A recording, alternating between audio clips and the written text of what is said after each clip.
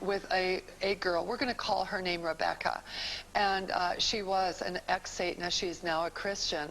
But she shares a chilling testimony of what it was like when she was in this satanic cult right from childhood. So watch now. I was the fifth bred of Satan, and my power that I ran with was, my element was fire, and you couldn't get any higher than what I was. I could move things without touching them, and I could make people stand away from me and command the demons to go get people and make them get pushed away. I could protect myself in that sort of way, and I really liked the power. You were taught concerning the things of the dark side of the supernatural at a very young age. Could you share some of that with us? I was really involved with the satanic church every day. The high priest would come and get me, and they would take me to the church, and they would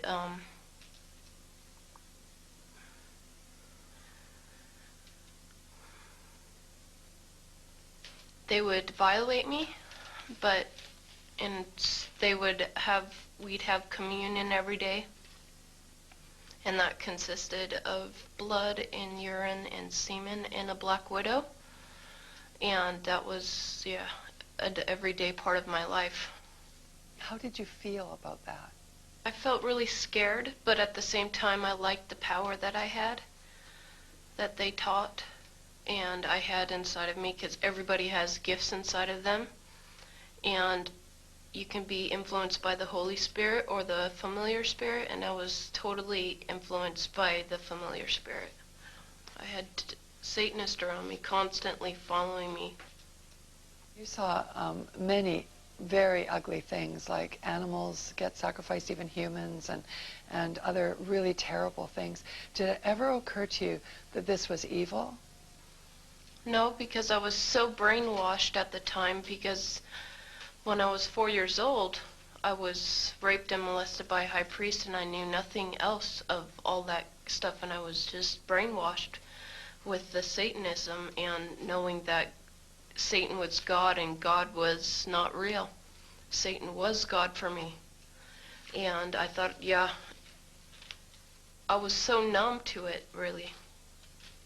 How did you view Christians back then? I hated them because they had no power. Like, I heard so many times that, you know, God was real and Jesus was so true, but I didn't see the power working throughout the church. In fact, I saw Satanists working also in the church, and Satanists tithe more than Christians do.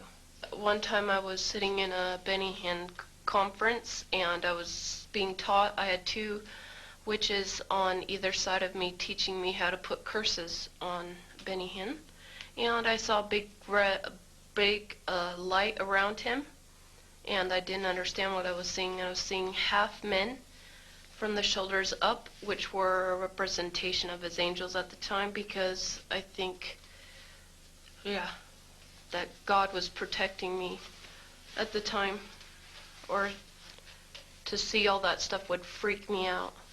And he looked up in the right, I was in the right-hand stage of the corner of the stage in the upper part, and he said, "Do you three witches, you two on the either side of me, you're going straight to hell, turn to Jesus, or you're going to burn in hell, and I know what you're doing." And then he pointed to me, and he said, "You're going to get saved soon." And everybody started praying, and I felt like tingling all over my body, and I freaked out and screamed, and they had to escort me out of the stadium.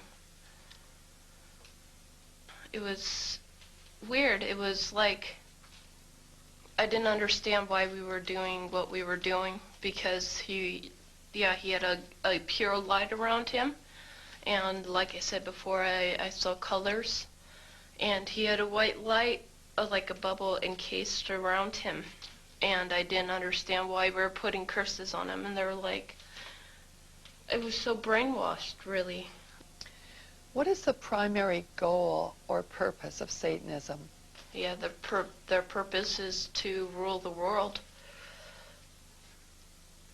What was your purpose? My purpose was to get all the power that I could and to get as high up as I could.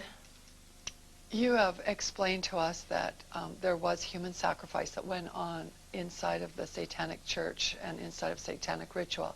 Can you tell us how this was done? How do they murder people? Yeah. All the children's posters that you see that are missing, they're pretty much dead. They have underground caverns in the mountains, and they keep the children and the kids and the women and men there. And then at a certain time in mid-September, October, they take them out, and they're so... Remember when I told you I could make people get away from me? Like, they'd make the people so numb with curses and stuff, and they'd also drug them up, and they'd take a sacrificial knife and they'd start from the chest and move all the way down to your abdomen. And then that's how they sacrificed, and they'd collect the blood and they'd drink it. When the mid-September through mid-November, they sacrifice babies, and nothing but babies, because they need the pure blood of the untainted children. And I didn't understand what it was like. I just can't believe I'm seeing this. Every year of my life, I've experienced that. And that was the hardest part for me, is like hearing those babies literally scream and cry. And then seeing their blood flow. It was horrible.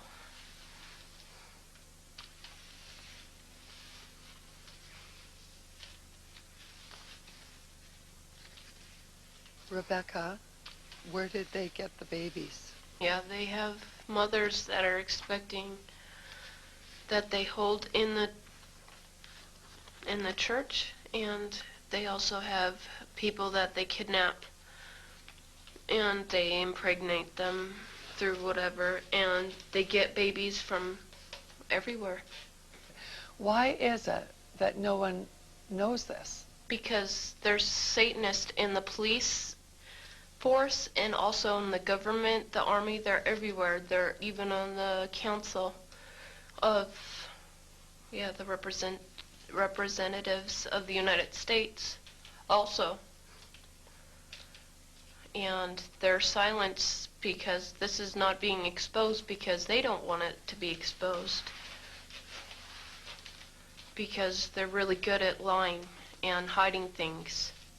Rebecca, what happens to the people that want to come out of Satanism?